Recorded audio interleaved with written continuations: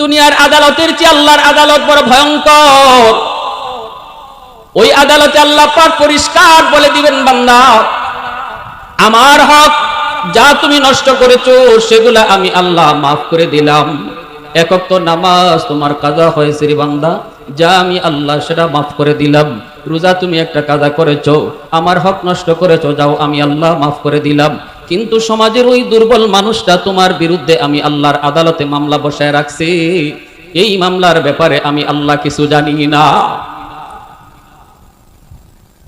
তোমার বউ তোমার বিরুদ্ধে মামলা বসায় রাখছে, তোমার ভাই তোমার বিরুদ্ধে মামলা দিয়া রাখছে, প্রতিবেশী তোমার বিরুদ্ধে মামলা বসায় রাখছে। এটা আমার বিষয় না, আমি আল্লাহ জানি না। ওর কাছ থেকে মামলা কেমন করে ডিসমিস করবা ওর সাথে বুঝো। ওই দিন আদরের বউ আর আদরের বউ থাকবে না। ওই দিন ভাই আর ভাইকে পরিচয় দিবে না। আল্লাহ বলেন, ইয়াউমা ইয়াফিরুল মারউ মিন আখিহি ওয়া উম্মিহি ওয়া আবিহি ওয়া সাহিবাতিহি ওয়া বানিহি লিকুল্লি ইমরিইম মিনহুম ইয়াউমা ইযিন শা'নুন ইউগনিহি। আল্লাহ পাক বলেন, কেউ কারো পরিচয় দিবে না। মা সন্তানের পরিচয় দিবে না, বাবা সন্তানের পরিচয় দিবে না, ভাই ভাইয়ের পরিচয় দিবে না, স্ত্রী স্বামীর পরিচয়টাও দিবে না। বলবে না আজকে মাপ চাওয়ার জায়গা না, আজকে মাপ দেওয়ার জায়গাও না। দুনিয়াতে মাপ চাওয়ার জায়গা, মাপ দেওয়ার জায়গা দুনিয়া। আখিরাতের ময়দান আল্লাহর আদালতে কেউ কাউকে মাপ দিবে না। শুধু একটাই বলবে, আমার পাওনা পরিশোধ করো। কেমনে করব? সম্পদ তো নিয়ে আসি নাই, টাকা তো নিয়ে আসি নাই, কবরে তো কোনো ডলার নিয়ে আসি নাই, হাসরের মাঠ খালি হাত নিয়ে হাজির হয়েছি, কেমনে তোমার মোহর পরিশোধ করব? স্ত্রী কইব, নামাজের সওয়াব দিয়ে দাও, হজের সওয়াব দিয়ে দাও, রোজার সওয়াব দিয়ে দাও। এইভাবে প্রতিটা মানুষ, দুর্বল মানুষগুলা যাদের উপরে তুমি জুলুম করেছো, অন্যায় করেছো, ওই মানুষগুলি তোমার আমার জীবনের সব নেকি লইয়া আমাকে তোমাকে নিঃস্ব বানাইয়া আমাকে জাহান্নামে দিয়া ও আমার নেকি লইয়া জান্নাতে চলে যাবে। এজন্য আল্লাহর নবী রহমতুল নবী বলেন, সাবধান, ইত্তাকি দাওয়াতাল মাজলুম ফাইন্নাহু লাইসা বাইনাহা ওয়া বাইনাল্লাহি হিজাব। অসহায় দুর্বলের আহাজারি থেকে নিজের বাঁচাও, কারণ দুর্বল মানুষের আর আল্লাহর আদালত মাঝখানে কোনো পার্টিশন থাকে না।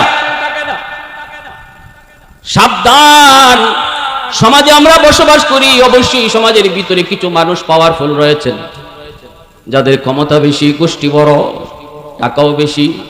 এই অহংকার দেখায় হাইটো না, দুনিয়া বেশি দিনের নারে আল্লাহর বান্দা। আজ তোমার অহংকার কাল কবরে চলে যাবে, ঠিক কি না? ওই দিনই টের পাওয়া যাইবা অহংকার করে হাঁটার কি পরিণাম, অহংকার করে চলার কি পরিণাম। এই ক্ষমতা, এই টাকা, এই জোর, এই পাওয়ার কোনো কিছুই কবরের সাথে যাবে না।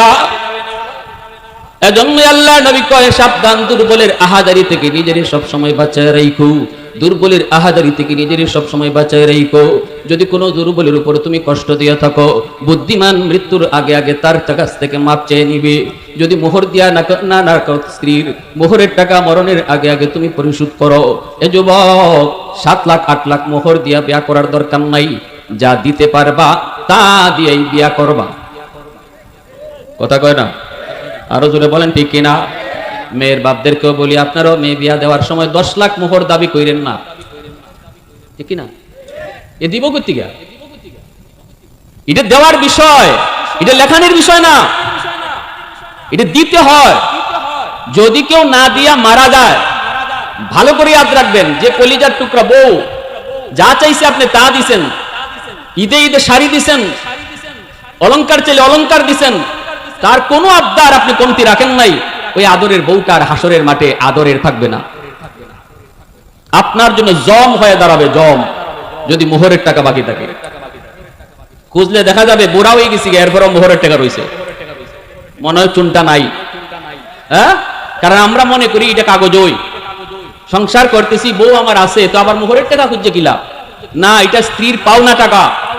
যদিও স্ত্রী কয় লাগবে না, এর পরেও শরীয়তের বিধান হইল ফুল টাকা তারে বুঝায় দাও, অল্প অল্প করে হলো তারে বুঝাও, অল্প করে হলো তারে দিতে থাকো, দিতে থাকো। এরপরে যদি সে নিজের হাতে লইয়া আবার তুমি স্বামীর হাতে দিয়া দেয়, নাও এই কাজটাই আমারই টাকা দিয়ে সারো, সেটা ভিন্ন কথা। কিন্তু তার আগে বুঝাও, তার হাতে দিয়া বুঝাও, হাতে না দিয়েই মাফ লইও না। ঠিক কিনা ভাই? কষ্ট হইতেছেন? কবির হুজুর আনছি ওয়াজ করার লাগে উঠতেই শুরু করে দিয়েছে, আমরা ছিলানি। এই কথাগুলা বলার দরকার আসেনি না নাই? হ্যাঁ, এজন্য মনে রাখবেন, ঘরের বউ সে কিন্তু দুর্বল, সে দুর্বল, আপনার কাছে দুর্বল, কারণ এখানে তার মা নাই, ভাই নাই, তার আপন বলতে কেউ নাই।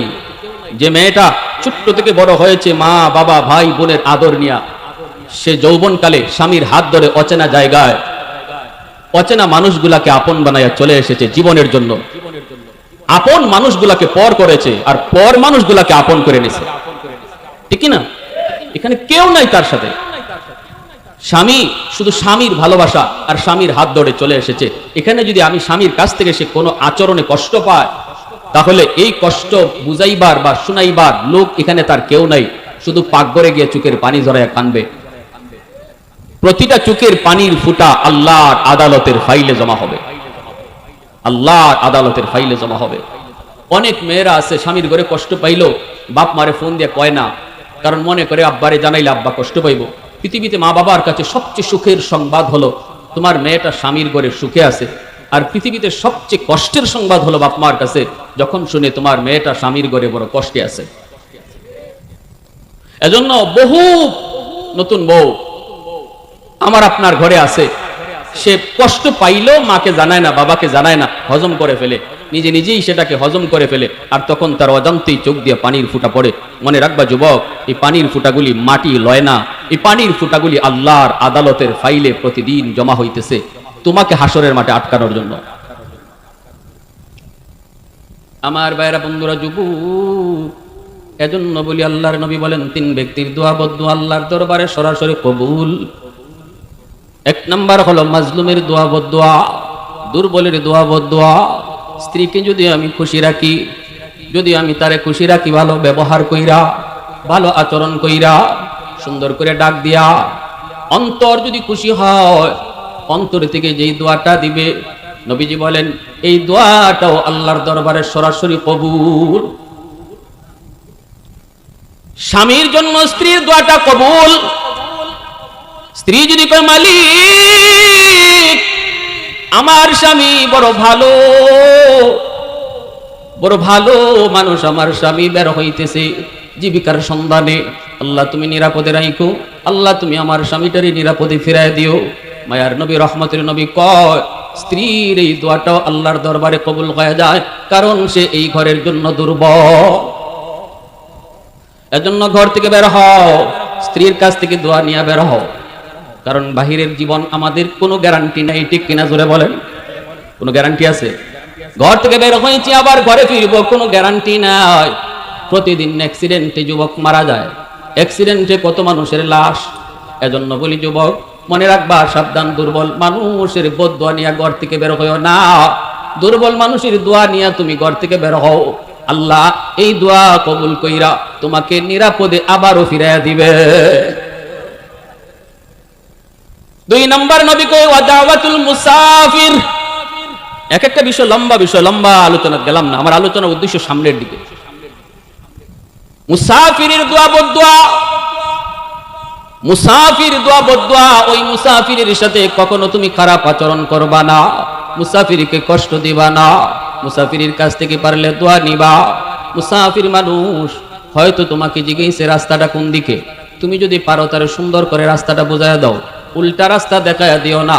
যদি সে উল্টা রাস্তায় গিয়ে কষ্ট পায়, এই কষ্টটা তার দিল থেকে আল্লাহর আদালতে গিয়া জমা হয়, সাথে সাথে আল্লাহর আদালতে গ্রান্টেড হয়ে যায়। পাইলে তুমি কও ভাই 1 গ্লাস পানি খায় যান। কই যাইবেন? কয় চুনটা। আমিও তো চুনটার মানুষ, আসছেন কোত্থেকে? আসছি ঢাকা থেকে। ভাই যাইবেন পরে, বড় ক্লান্ত, 1 গ্লাস পানি খায় যান, একটা চা খায় যান।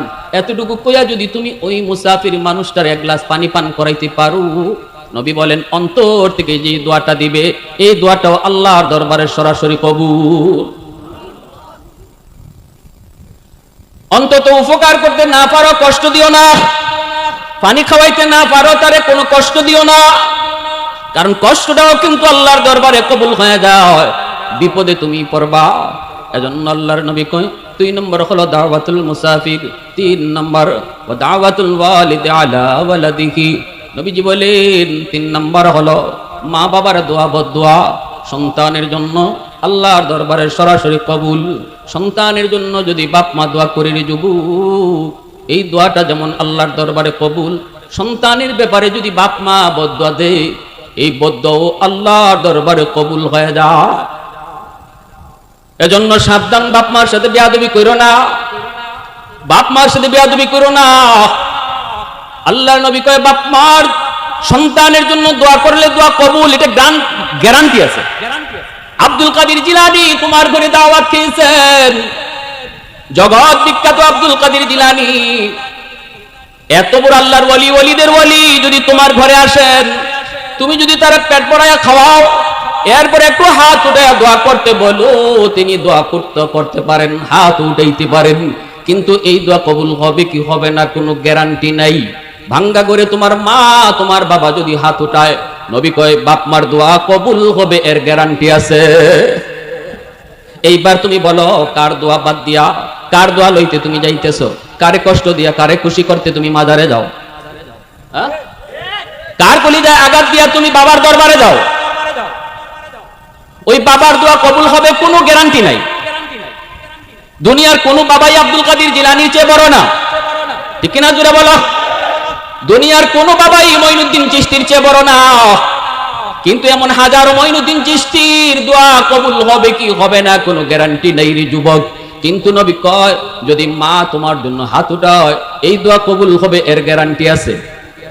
বাবা যদি দোয়া করে, এই দোয়া কবুল হবে, গ্যারান্টি আছে। কথাটা আমার না মায়ার নবীর? আল্লাহ নবীর কথায় কোনো সন্দেহ আছে? একটু জোরে আওয়াজ দেয়া বলে কোনো সন্দেহ আছে? এজন্য বলতেছি একটু মনোযোগ দিয়ে শোনো ভাইরা বন্ধুরা। রহমতের নবী মায়ায়ে কেরামদেরকে নিয়ে নবীজি বের হয়েছেন মদিনার কবর জান্নাতুল বাকি। এই জান্নাতুল বাকির পাশ দিয়ে নবী যাচ্ছেন, হঠাৎ করে মায়ার নবী, দয়ার নবী, তিনি অন্তর চোখে দেখতে পেলেন একটা কবর, নতুন কবর, কবরে একটা যুবককে রাখা হয়েছে। আল্লাহর নবী অন্তর চোখে দেখেন, আল্লাহ তারে দেখাইছেন, আল্লাহ নবীরে দেখাইছেন, সাহাবীরা দেখেন না, কিন্তু নবীজি দেখতেছেন এই কবরের ভিতরে যুবক জাহান্নামের আগুনে জ্বলতেছে। মা মা মা কইয়া চিৎকার করে কান্না করে। আল্লাহ নবী দৃশ্য দেখে ফেললেন। নবীজি সাহাবায়ে কেরামদেরকে বলেন, সাহাবীরা একটু দাঁড়াও, এই কবরের ভিতরে একজন যুবকের আযাব হইতেছে, আযাব। যুবকটা শুধু মা মা কইয়া চিৎকার করে কান্না করে। একটু দাঁড়াও, আমি রহমতের নবী তার কবরের পাশ দিয়ে চলে যাব, অথচ তার জন্য কোনো সুপারিশ করব না, হইতে পারে না, হইতে পারে না। হাত উঠাও, আমি নবী তার জন্য আল্লাহর দরবারে সুপারিশ করব, আর তোমরা সাহাবীরা শুধু আমিন আমিন বলবা। দয়ার নবী মায়ার নবী হাত উঠে দিলেন, ও মালিক আল্লাহ, তুমি তো আমাকে রহমতের নবী বলেছ, রহমতের নবী কোন কবরের পাশ দিয়ে যাবে আর ওই কবরে আযাব হবে? হয় না মালিক, হয় না। আল্লাহ তোমার দরবারে আমি নবী সুপারিশ করলাম, যুবকের আযাব বন্ধ করো। সাহাবীরা কয় আমিন, কিন্তু নবীজি দেখতেছেন আযাব বন্ধ হয় না। আল্লাহ নবী আবার হাত উঠাইলেন, মালিক তুমি তো আমাকে বলেছো আমা আরসালনাকা ইল্লা রাহমাতাল লিল আলামিন, তুমি তো আমাকে রহমতের নবী বলেছো গো। আল্লাহ আমি হাত উঠাইলাম, আমার সাহাবীরা আমিন কইল, অথচ তার আযাব বন্ধ হলো না। আবারও হাত বাড়াইলাম, মালিক আযাবটা তুমি বন্ধ করো। এইবারও আযাব বন্ধ হলো না।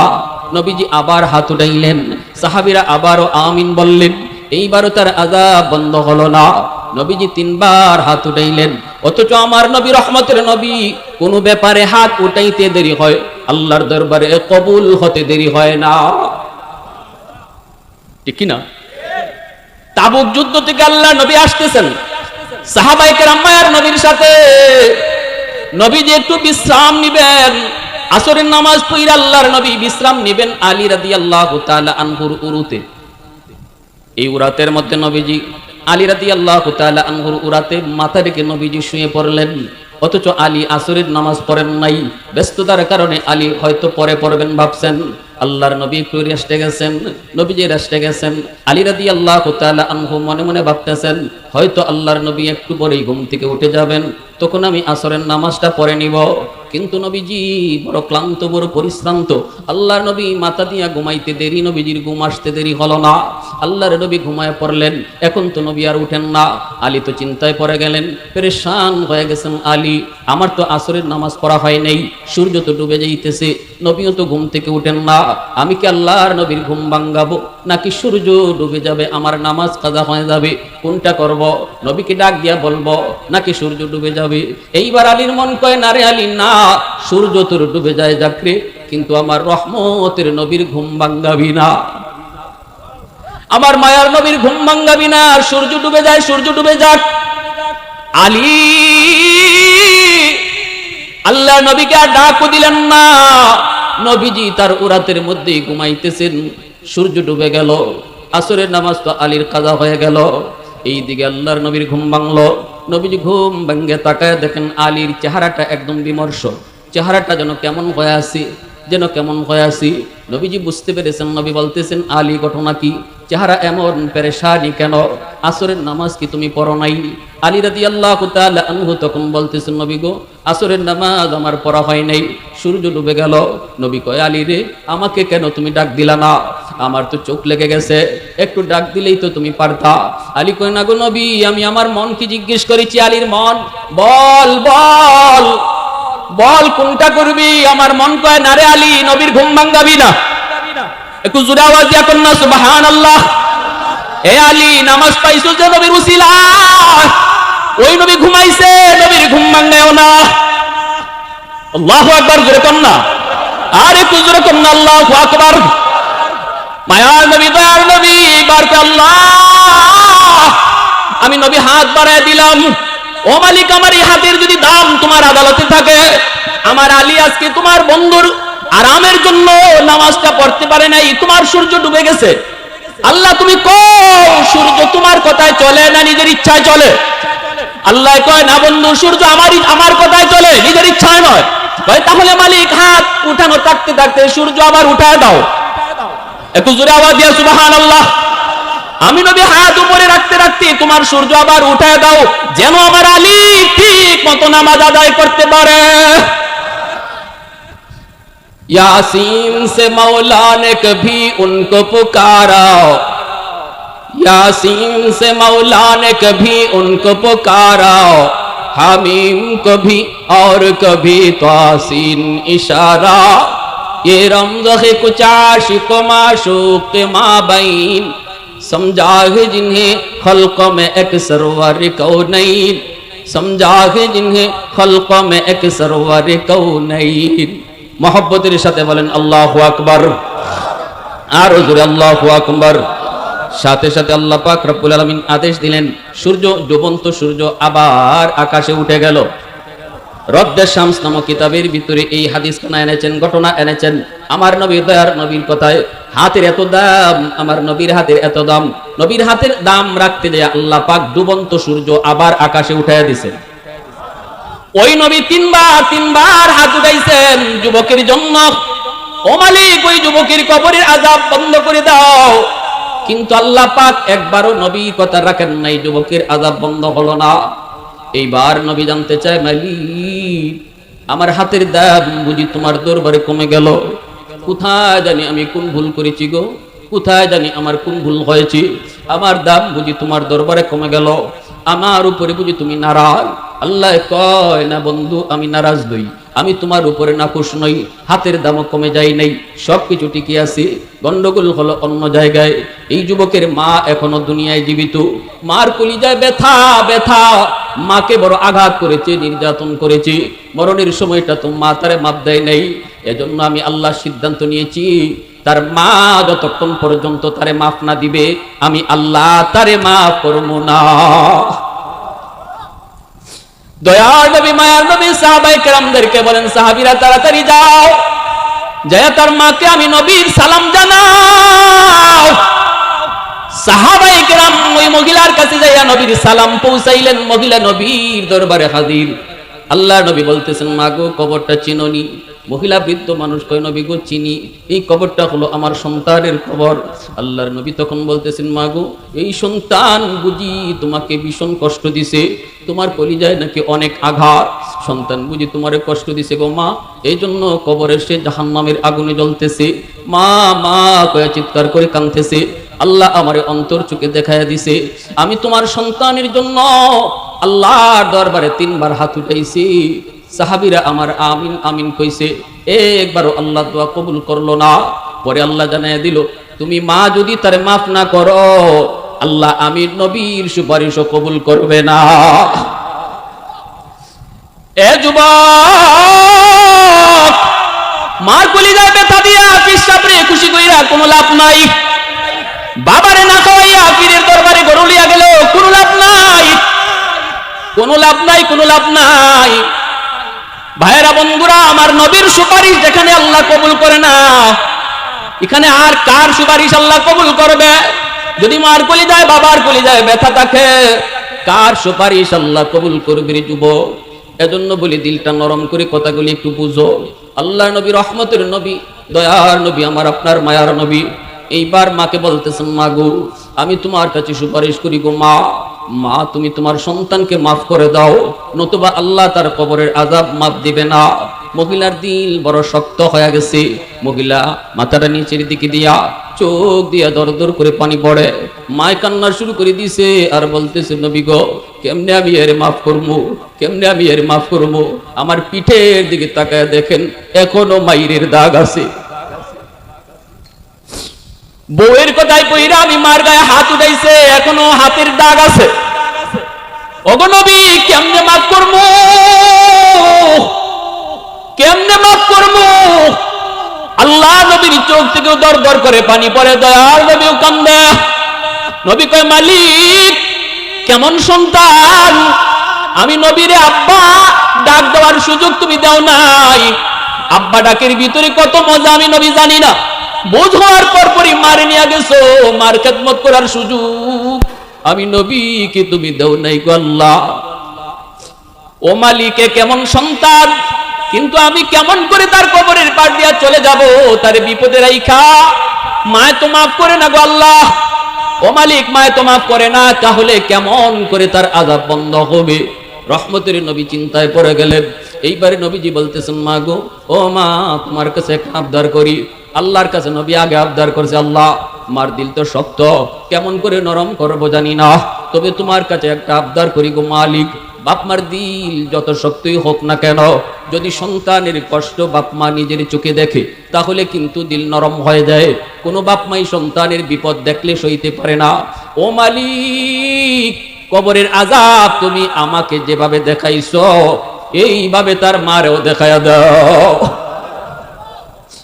আমি নবীর বিশ্বাস, মা যদি নিজের চোখে দেখে তাহলে দিলটা নরম হয়ে যাবে। বলা মাত্রই আল্লাহ পাক কয়, বন্ধু তোমার এই কথাটা আমি আল্লাহ কবুল করলাম। সাথে সাথে কবরের আযাবের দৃশ্য আল্লাহর নবী যেইভাবে দেখতেছেন, নবীজি মার আল্লাহ পাক মার চোখের সামনে তুলে ধরলেন। মাঝখানে কোনো পর্দা আল্লাহ সরাইয়া দিলেন। মায়ও দেখতেছে কবরের আযাব, সাহাবীরা দেখতেছে না, নবী দেখতেছেন, আর মহিলা নিজে দেখতেছে।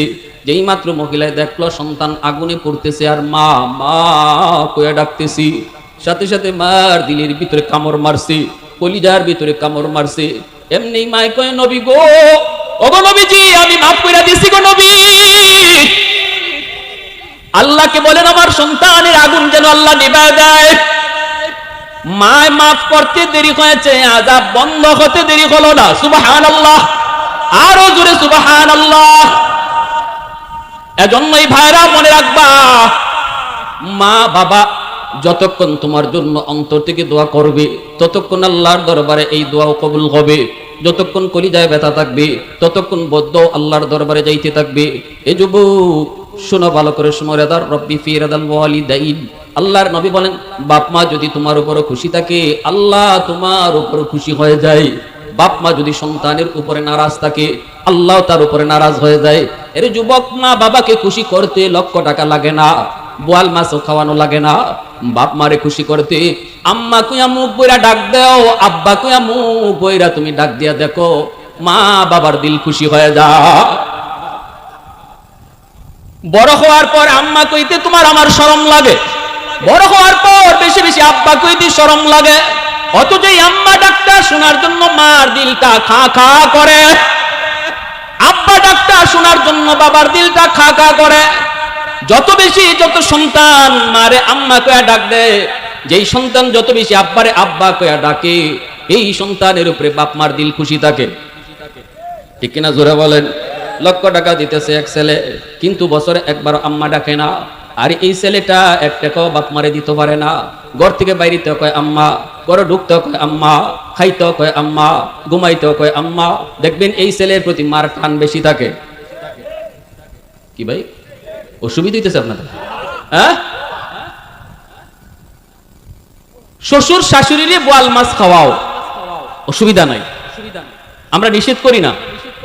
কিন্তু শ্বশুর শাশুড়ি খুশি থাকলে আল্লাহ খুশি, এমন হাদিস আমরা পাই নাই। হাদিস পাইছি বাপ মা খুশি থাকলে আল্লাহ খুশি। পিসাবরে তুমি ঘরের কচি লাউটা নিয়ে খাওয়াইবা, অসুবিধা নাই। পিসাব যদি হক্কানি পীর হয়ে থাকেন আলহামদুলিল্লাহ ভালো। যদি পিসাব হক্কানি পীর হয়ে থাকেন, খাঁটি আল্লাহওয়ালা হয়ে থাকেন, অসুবিধা নাই, না করি না। কিন্তু মনে রাখবা, পিসাব খুশি থাকলে আল্লাহ খুশি হাদিস নাই। হাদিস আছে বাপ মা খুশি থাকলে আল্লাহ খুশি। কথাটা বুঝে আসছে? ক্লিয়ার? কথা পরিষ্কার? আপনি করেন করেন, কিন্তু আগে মূল ঠিক রাখেন, মূল ঠিক রাখেন। মদিনা শরীফের প্রসিদ্ধ একটা গোত্র, নাম হলো বনু তামিম। ওই বনু তামিম গোত্রের একজন যুবক আল্লাহর নবীর কাছে এসে কান্না শুরু করলো। নবীজি বলে, যুবক কান্না করো কেন? এই কথা বলতে যুবকের কান্না আরো যেন বেড়ে গেল। নবী বলতেছে, যুবক বলো। যুবক কয়, নবী গো আমি বড় পেরেশান, রাতে ঘুমাইতে গেলে ঘুম হয় না, খাইতে গেলে আমার খাওয়া ঠিক মতো হয় না, খালি টেনশন, বড় পেরেশান। আল্লাহর নবী বলতেছেন, কি তোমার পেরেশানির কারণ আমি নবীকে একটু বলো। এইবার যুবক কান্দে আর কয়, নবী গো এসেছি আপনার কাছে একটু সান্ত্বনার জন্য। আমি একজন মা বাবার একমাত্র সন্তান, গরিব ফ্যামিলির ছেলে। আমার আম্মা আমার আব্বা কষ্ট করে করে আমাকে বড় করেছেন। আব্বা কোনো রকম দিন আনতেন, আমরা দিন খাইতাম। কোনোদিন দেখতাম বাবা কিছুই আনতে পারেন নাই, খালি বাবার হাত। রাতে না খেয়ে কত ঘুমাইছি, আমি দেখেছি মা না খেয়ে আমাকে কিছুটা খাওয়ায়া। মায় কয়, বাবা আমি খাইছি, তুমি খাও, কিন্তু আমি জানি আমার মা কিছুই খান নাই। ঠিক কিনা? ঈদের দিনে বাবা সিরা লঙ্গি পইরা আমাকে কোন রকম নতুন কাপড় কিনা দিছে গো নবী। আমি ওই মা বাবার কোনো খেদমত করতে পারি নাই, আমি টাকার সন্ধান পাই নাই, ব্যবসা বাণিজ্যে কোনো উন্নতি করতে পারি নাই। চোখের সামনেই মা গরিব অবস্থায়, চিকিৎসার অভাবে মা দুনিয়া থেকে বিদায়, বাবাও দুনিয়া থেকে বিদায় নিলেন। অভাবের সংসারে মাও চলে গেলেন, বাবাও চলে গেলেন। আজ আল্লাহ আমাকে অনেক সম্পদের মালিক বানাইছে গো নবী, টাকা পয়সার কোনো অভাব নাই। আজ আমি চাইলে আমার আম্মাকে ভালো দামি শাড়ি কিনে দিতে পারতাম, আব্বাকে ভালো একটা দামি লুঙ্গি কিনে দিতে পারতাম, মাকে ভালো একটা চিকিৎসা করাইতে পারতাম, বাবাকে ভালো একটা ডাক্তার দেখাইতে পারতাম। কিন্তু নবী গো আল্লাহ পাক সেই সুযোগ কেড়ে নিয়েছে। আমার আম্মা আমার আব্বাসকে কবরে শায়িত। আজ আমি পয়সা পেয়েছি, ধন পেয়েছি, সম্পদ আমার হাতে এসেছে, কিন্তু বাপ্পার খেদমত করার সুযোগ নাই। ওগো নবীজি আমি আপনার কাছে জানতে চাই, এই টাকা দিয়ে পয়সা দিয়ে এখন আমি কি করব? আমি টাকার বিছানা বানাইতে পারি, এখন আমি টাকার বালিশ বানাইতে পারি, কিন্তু এই টাকা দিয়ে আমি কি করব? কার খেদমত করব? ঘুমাইতে গেলে আমার ঘুম হয় না, মার কষ্টের কথা মনে হলে সারা রাত কান্না করে করে চলে যায়, বাবার কষ্টের কথা ইয়াদ হলে চোখের পানি রাখতে পারি না গো নবী।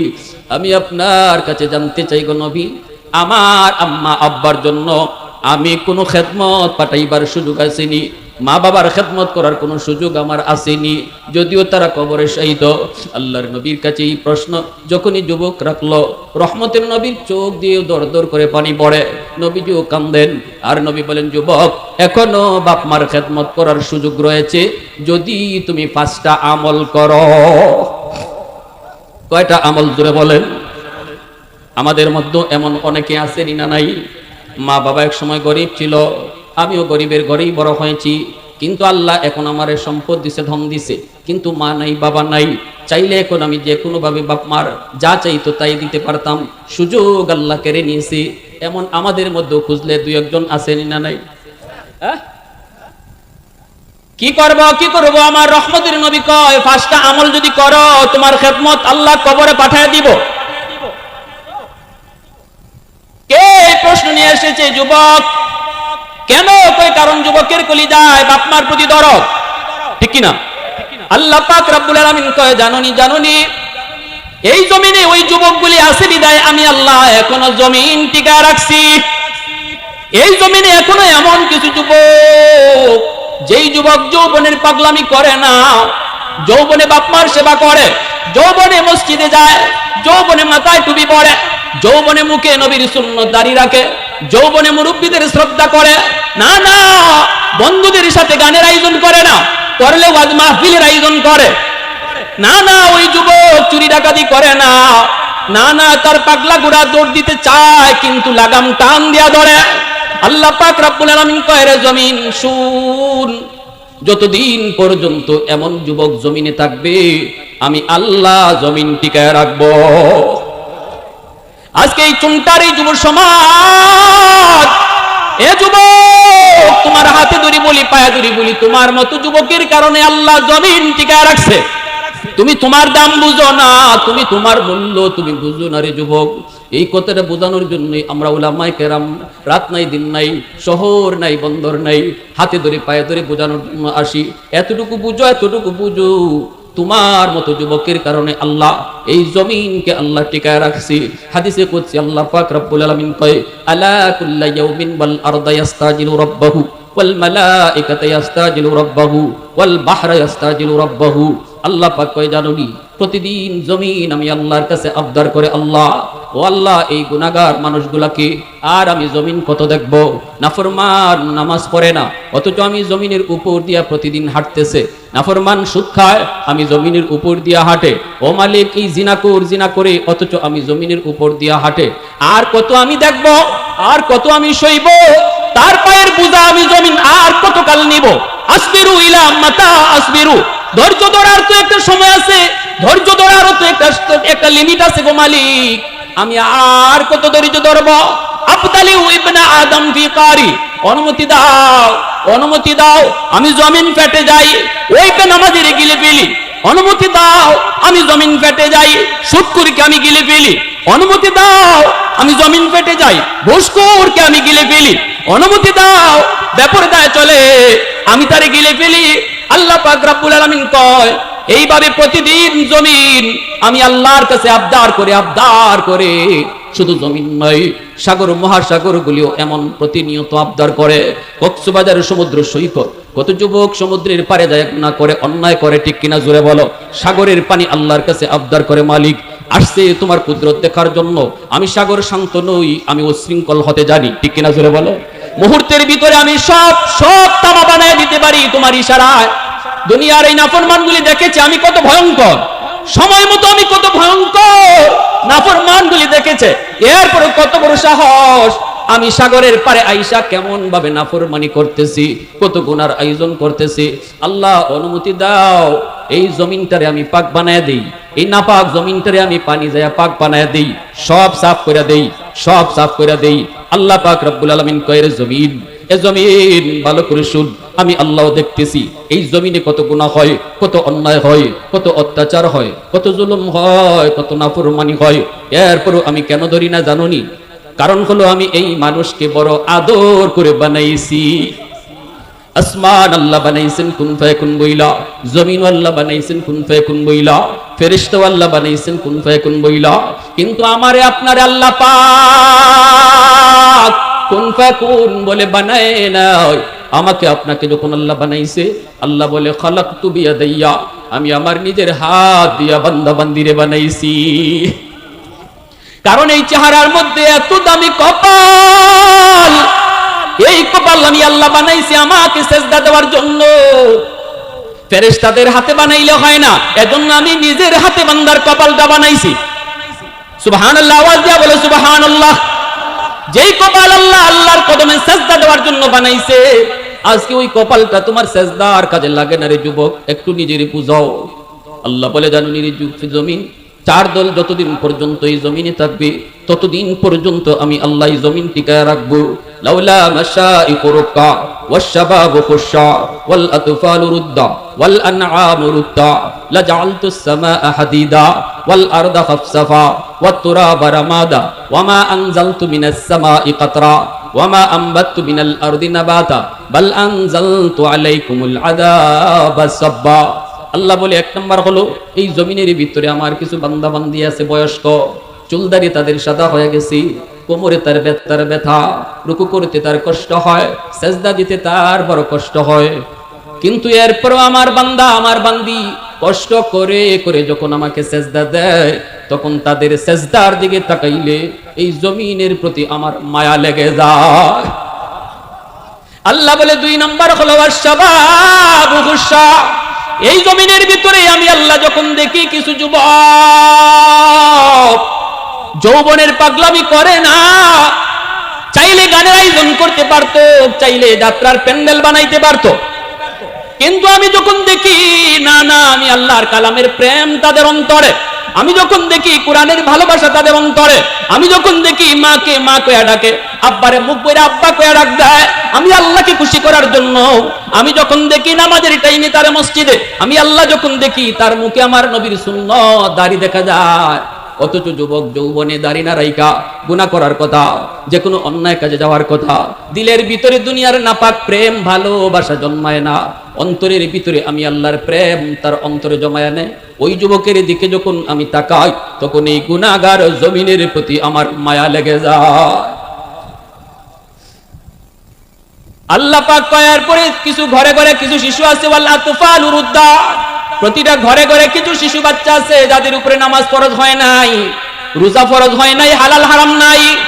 এই শিশু বাচ্চাগুলি এরা নিষ্পাপ, এরা অবুঝ, এরা মাসুম।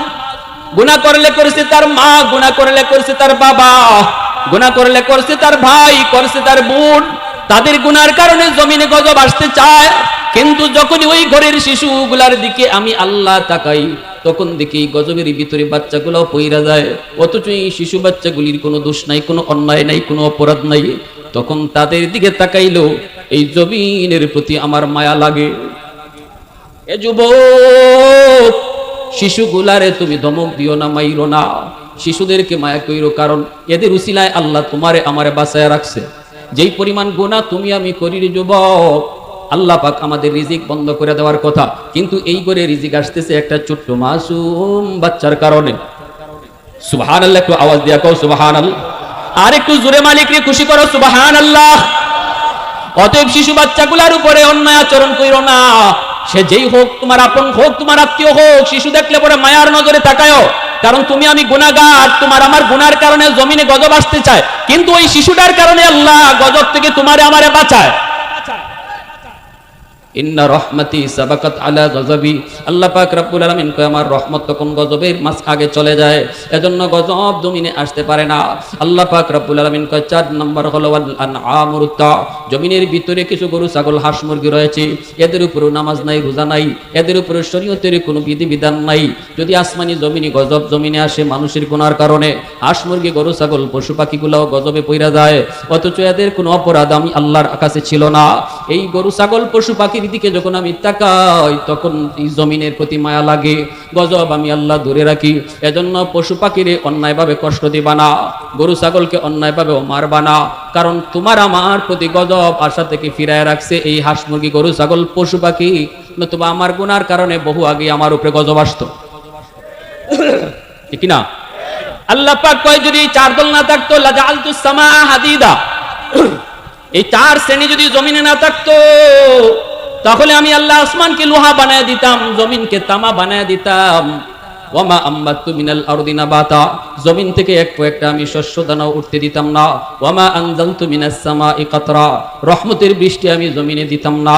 বাল আনজালতু আলাইকুমুল আযাবা সাব্বা, পরপর জমিনে শুধু গজব আসতো।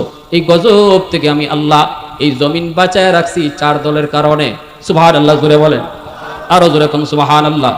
তাহলে যৌবনে ইবাদত করার দরকার আছে না নাই? যৌবনে একজন যুবক ইবাদত করার দ্বারা অল্প সময়ে আল্লাহর ওলি হয়ে যায়। লা ওয়ারআ কাল কাফফি আও কামা ক্বালা নবী আলাইহিস সালাম, নবীজি বলেন যার সুযোগ ছিল, ক্ষমতা ছিল গুনাহ করার, এরপরও যে আল্লাহর ভয়ে গুনাহ করে না, সেই তোমাদের মধ্যে আল্লাহর ওলি। বৃদ্ধ বয়সে গুনাহ করার ইচ্ছা থাকলেও আমার শক্তি দেয় না, চাইলেও পারবো না, কিন্তু একটা যুবক চাইলেই গুনাহ করতে পারে, এরপরও যখন আল্লাহর ভয়ে করে না, রাসূল কয় সে যৌবনেই আল্লাহর ওলি হয়ে যায়। আরেকটু জোরে করুন না সুবহানাল্লাহ। মনে আছে নবীজির সামনে যে যুবকটা প্রশ্ন লইয়া গেছে, মা বাবার জন্য খেদমত করার কোনো সুযোগ আসেনি, সে বৃদ্ধ না যুবক? জোরে কও না যুবক, আওয়াজ দিয়ে বলো। আল্লাহ নবীর সামনে যে যে কাঁদতেছে, আমার আম্মা আব্বা কবরে সহিত, তাদের জন্য আমার কিছু করণীয় আছে কি? এই কথাটা নবীর সামনে কেঁদে কেঁদে কান্না করে করে যে জিগাইছে, সে বুড়া মানুষ না যুবক? আল্লাহ নবী ওই যুবককে সামনে রেখে একটা ওয়াজ করেছেন, দামি ওয়াজ।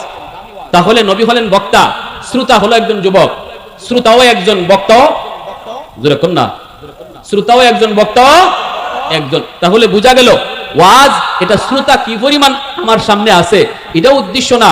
একজনও যদি দিল থেকে কথাগুলা গ্রহণ করে বক্তার, মাহফিল সার্থক। ঠিক না জোরে বলেন?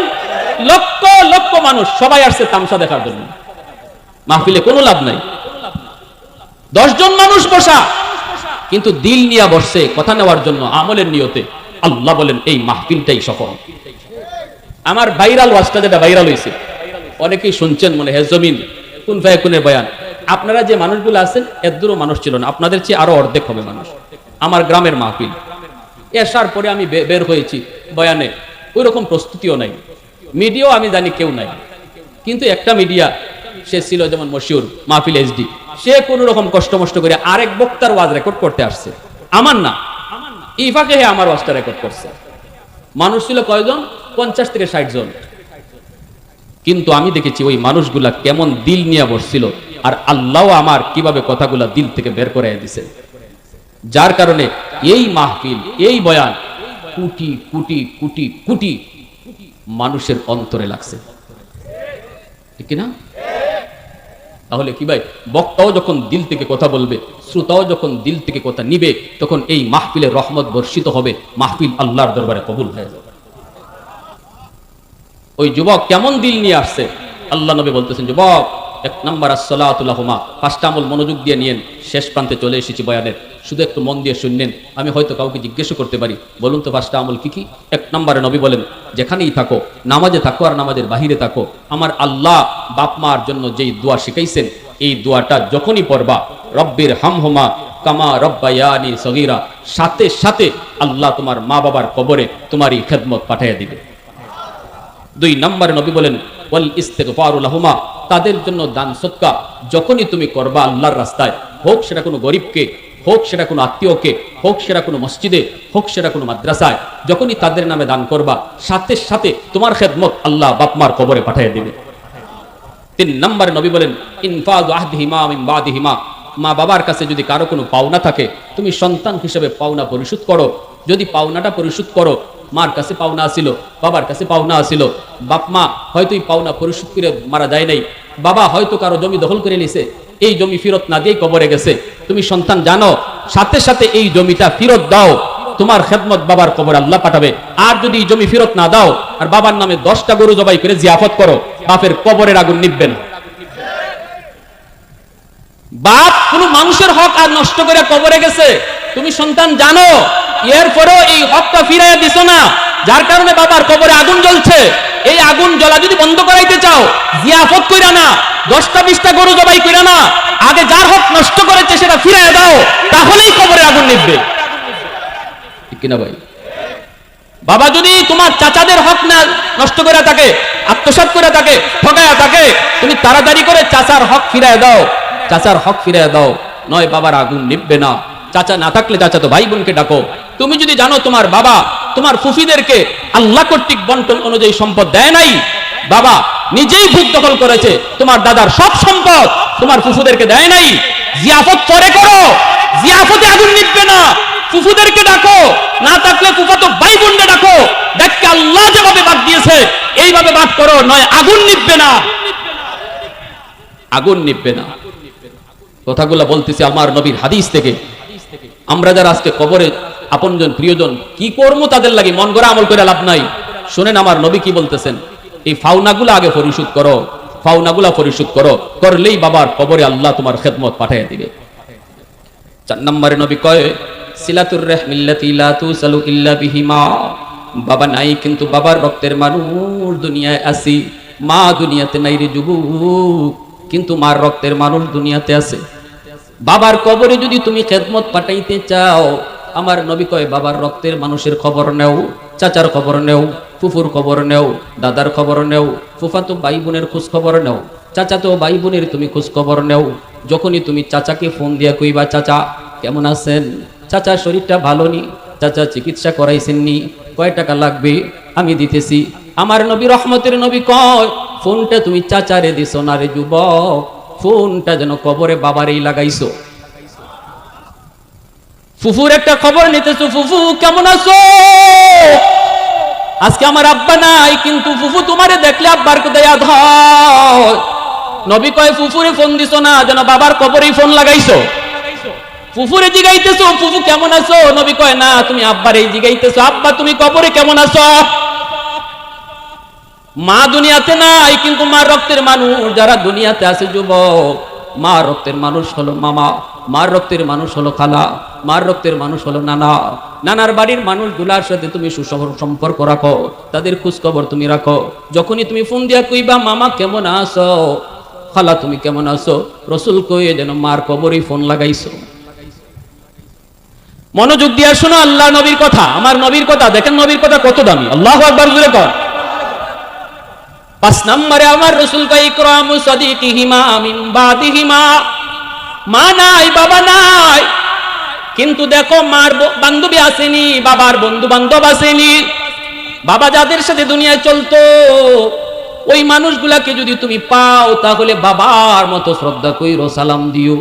1 কাপ চা খোয়া কইও চাচা একটা চা খায় যান, কত আমাদের বাড়িতে আইছেন আব্বা থাকতে, আজকে আব্বা নাই আপনি আসেন না, চাচা একটা চা খায় যান। আমার রসুল কয় যদি ওই বাবার বন্ধুরে তুমি 500 টাকা দাও, ঈদের দিনে তুমি একটা লুঙ্গি দাও, যেন তুমি বাবার এই কবরে লুঙ্গি পরাইছো। সুবহানাল্লাহ জোরে কর।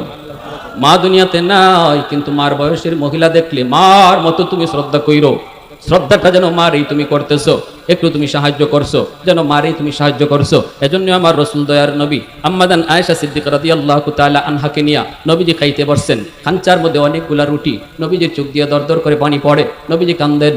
আল্লাহর নবী কান্দেন কেন? আম্মাদান জিজ্ঞেস করলেন নবী গো কান্দেন কেন? নবী কয় আয়েশা তোমরা হলে আমার সুখের দিনের স্ত্রী, আর খাদিজা হলো আমার দুঃখের দিনের স্ত্রী। আমার খাদিজার কথা মনে পড়ে গেছে আয়েশা, আমার খাদিজাকে নিয়ে কোনো একদিনও আমি এইভাবে খাঞ্চা বইরা রুটি নিয়ে খাইতে পারি নাই গো, এজন্য আমার কষ্ট লাগতেছে, চোখ দিয়া পানি পড়তেছে। আয়েশা একটা রুটি খাদিজারও দিয়াও। আম্মাজান কয় নবী গো খাদিজা তো কবরে, কেমনে রুটি দেব?